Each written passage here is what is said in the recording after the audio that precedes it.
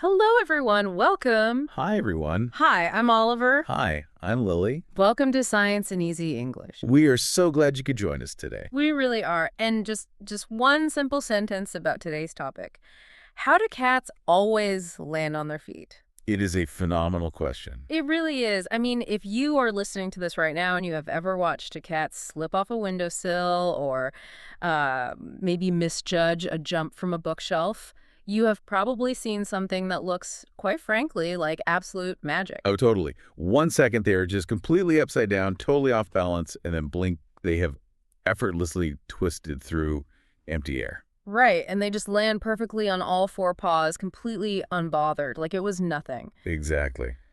So today we are doing a deep dive into this physics-defying, seemingly magical ability, and we have an incredible stack of sources for this one for you. We really do. We are looking at everything from completely baffled 18th century physicists to modern biomechanical studies, aerospace engineering papers, and even get this cutting-edge 3D printing research. Yeah, the mission for you today is to really unpack the multi-level buffering mechanism of feline anatomy.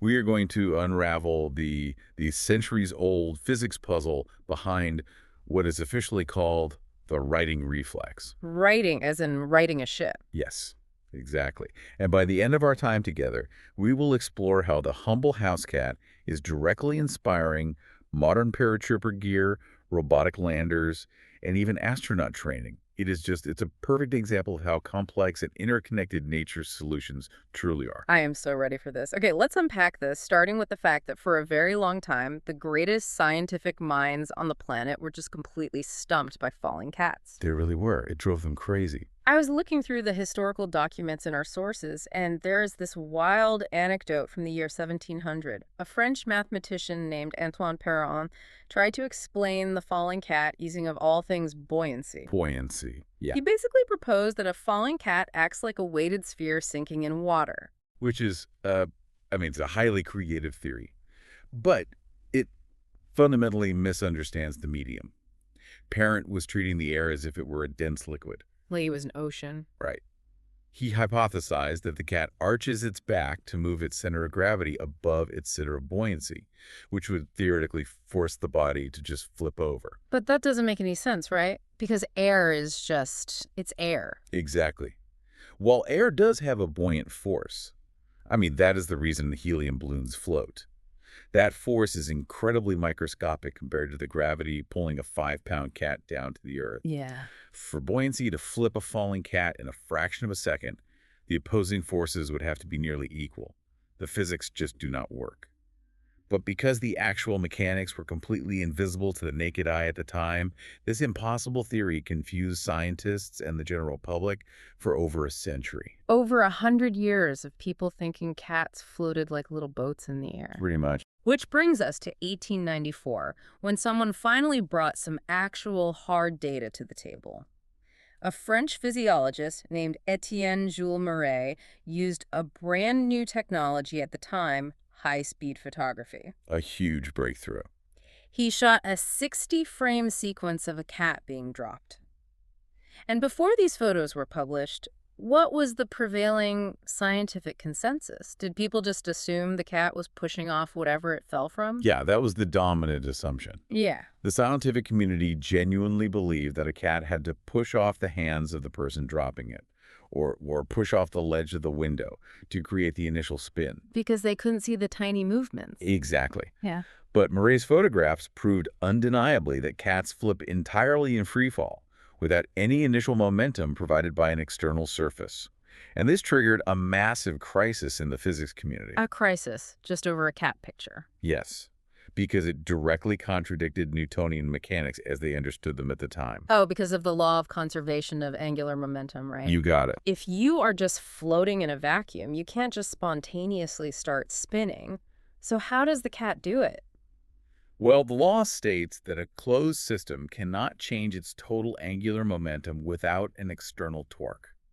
So the photographs were showing something that seemed to literally violate the fundamental laws of the universe. Wow. The crisis was eventually resolved in 1935 by two Dutch researchers, Rademacher and ter Braak. They realized that the fundamental mistake early physicists were making was treating the cat as a rigid body. Like a wooden board. Right, like a board or a solid tube. But a cat is highly flexible. Raidmaker and Turbrake introduced what we now call the bend and twist model, because a cat can bend sharply at the waist, forming a V shape in midair.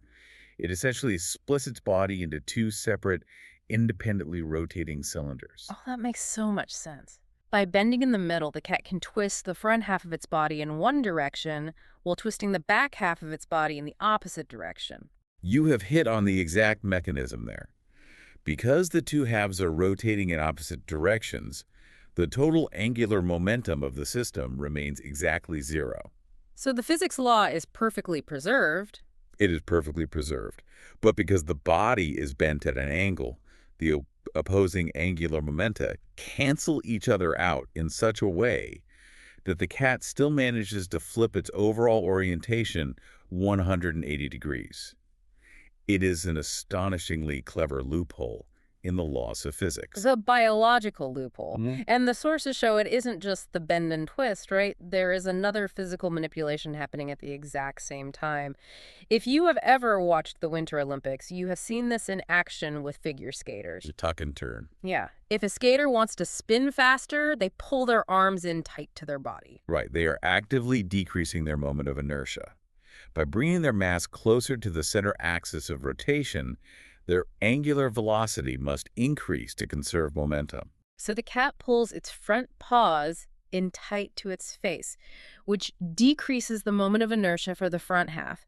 That allows that front section to spin incredibly fast toward the ground. Precisely. And at the exact same time, it fully extends its back legs out, which increases the moment of inertia for the rear half, basically acting like a brake to slow the rear rotation down. Then once the front half is facing the ground, the cat simply reverses the process. It extends its front legs to stop the forward spin and tucks its back legs in to let the rear half catch up. It's a beautifully choreographed dance, just falling through the air. It really is. Modern physicists, looking back at comprehensive models from researchers in the 1960s, realized that cats are biological optimization machines.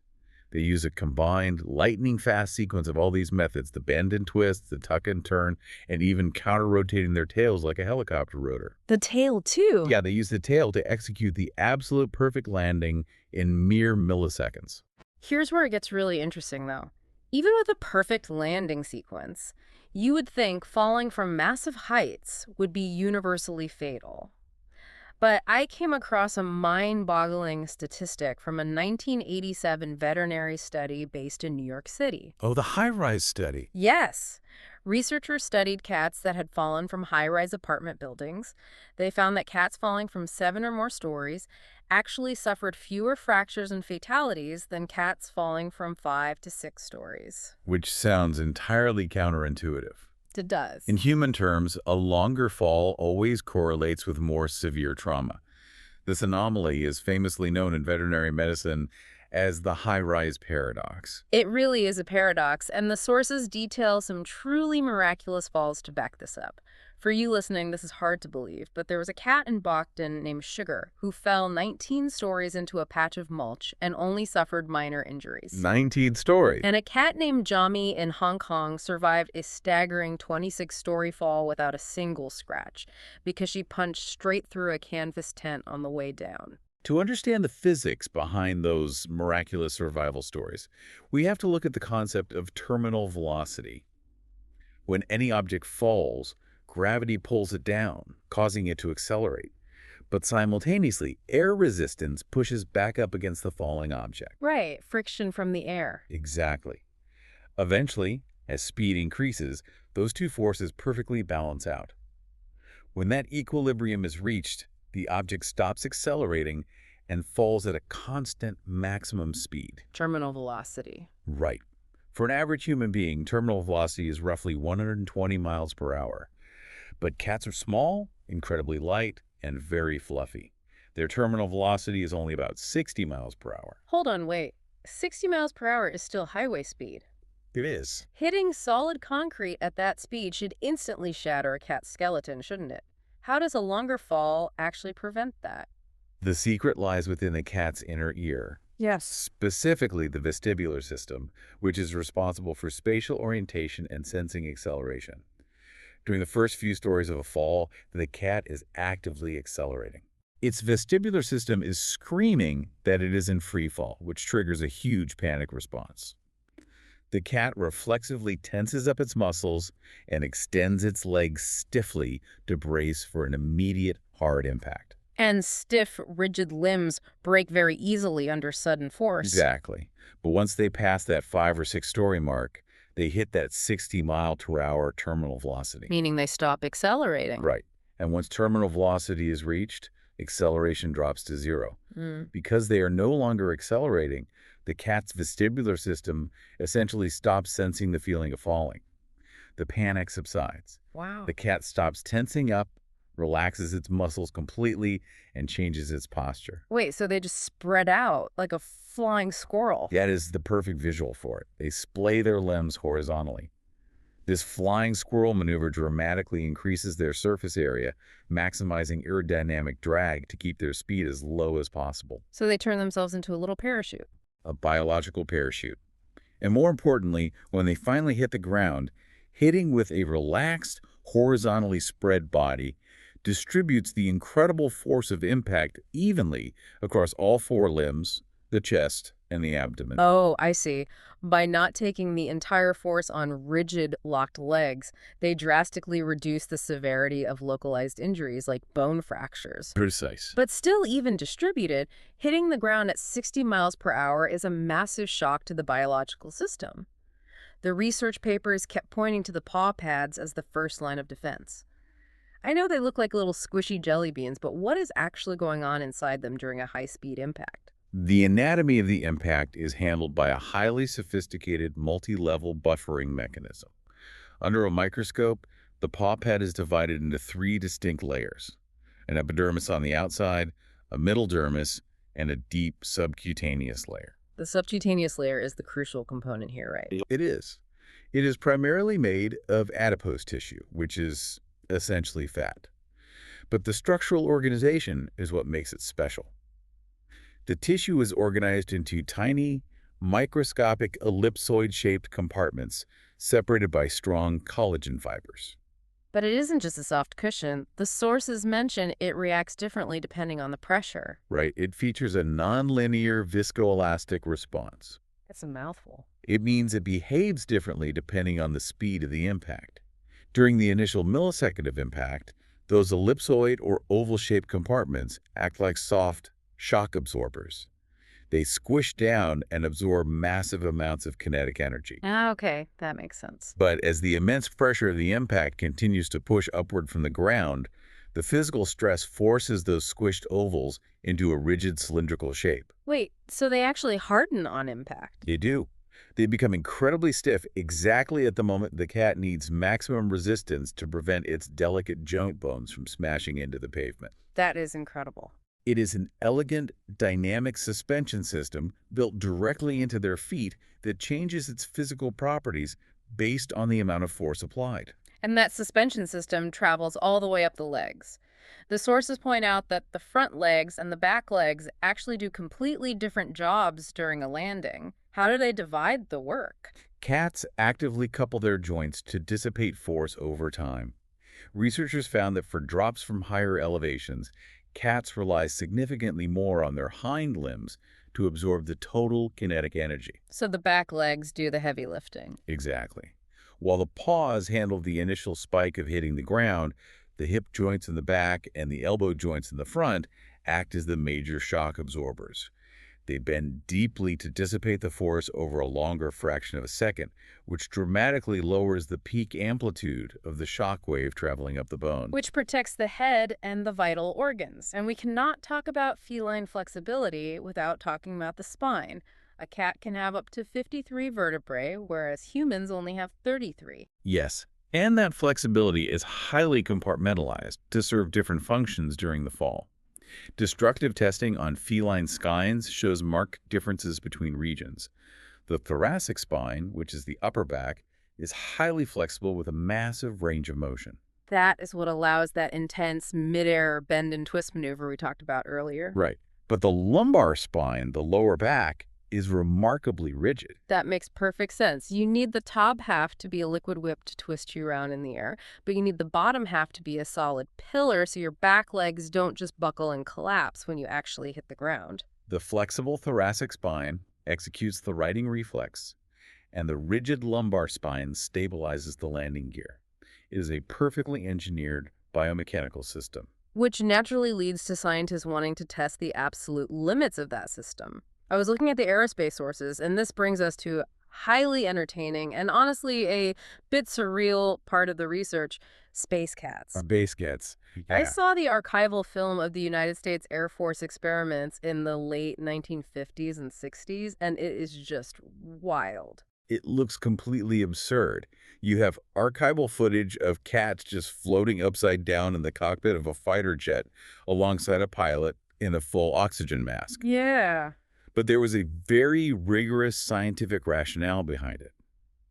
Aerospace scientists, particularly Dr. Siegfried Gerethval, were trying to isolate the exact triggers of the mammalian vestibular system. The inner ear thing again. Right. Yep. They wanted to know if the cat's righting reflex depended strictly on sensing gravity or if visual cues from the eyes were enough to tell the brain which way was down. So they took them up in T-33 and F-94 fighter jets and flew them in parabolic arcs to simulate zero gravity. What did they actually find out when they dropped them? Well, they tested cats of different developmental stages. 3-week-old kittens failed completely to right themselves, which proved to biologists that the reflex isn't fully developed until about 6 to 7 weeks of age. Interesting. But the adult cats were the primary focus. When exposed to sudden weightlessness, they successfully flipped themselves over for the first 5 seconds. They still retained a sort of spatial memory of which way was down before the gravity disappeared. But what happens after they've been floating for 15 or 20 seconds? Their internal navigation completely shuts down. After a prolonged exposure to zero gravity, they failed to flip. They just floated upside down, entirely confused. Poor things. And to isolate the variables, the researchers blindfolded the cats in zero gravity. Under those conditions, they failed almost immediately. So on Earth, a blindfolded cat can flip over perfectly because its inner ear feels the pull of gravity. But take gravity away and take their vision away, and the system breaks. It proved definitively to aerospace researchers that the vestibular system absolutely relies on gravity references to establish orientation. Okay, so what does this all mean for us? I mean, floating cats are a wild visual, but why are engineers and military researchers looking at this today? How does a space cat help me? It comes down to bionics and solving human vulnerabilities.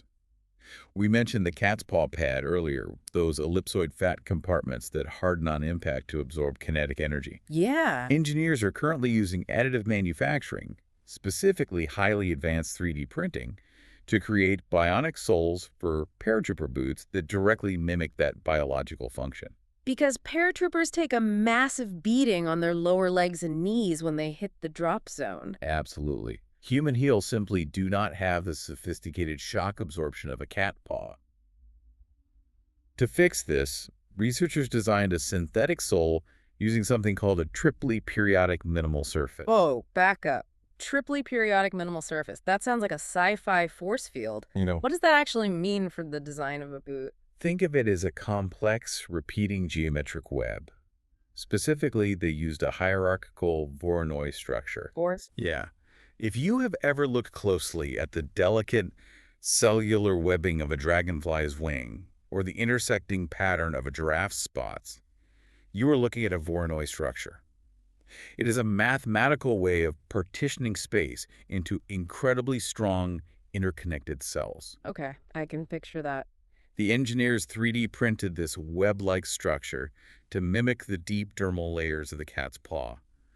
Then they filled the microscopic gaps in this structure with STF, or shear thickening fluid. Shear thickening fluid. Is that like the classic science class experiment with cornstarch and water, where it's a liquid until you punch it? That is the exact principle. It is a non-Newtonian fluid. It flows easily when moving slowly, But the moment it takes a high-speed, high-stress impact, the particles lock together and it instantly becomes stiff and rigid. Just like the fat in the cat's paw. Exactly. The fluid mimics the cat's adipose tissue. When they tested these bionic boots in mechanical drop tests, they found they could reduce peak ground reaction forces on the human leg by over 15% compared to standard military boots. 15%. That is a massive reduction in the kinetic energy traveling up the tibia and into the knee joint. The potential for protecting soldiers or even professional athletes and construction workers from chronic lower limb injuries is incredible. It really is. And it isn't just boots either. The sources mentioned NASA teaching astronauts how to move in space based on this. Really? How? NASA actively studied the mathematics of cat turning to teach astronauts aboard Skylab how to reorient their bodies in free fall without needing handholds. By using a hula hoop-like motion with their waists, astronauts can change their orientation in zero gravity, utilizing the exact same zero angular momentum physics the cat uses when it bends and twists. That is amazing. Furthermore, modern roboticists are heavily invested in the falling cat mathematical equations. If you were building an autonomous robot to explore the rough, unpredictable surface of Mars, and it happens to tumble off a rocky ledge, you want it to land safely on its wheels, not its fragile, expensive sensors. So they programmed the robot to cat flip. Yep. By programming the bend and twist algorithms into a robot's joints, it can rapidly right itself in midair just like a feline. Okay, we have covered so much incredible ground today. To quickly recap our journey for you listening, we started with baffled historical physicists and moved on to how a cat's incredibly flexible spine allows it to bend and twist, outsmarting the laws of angular momentum. Right.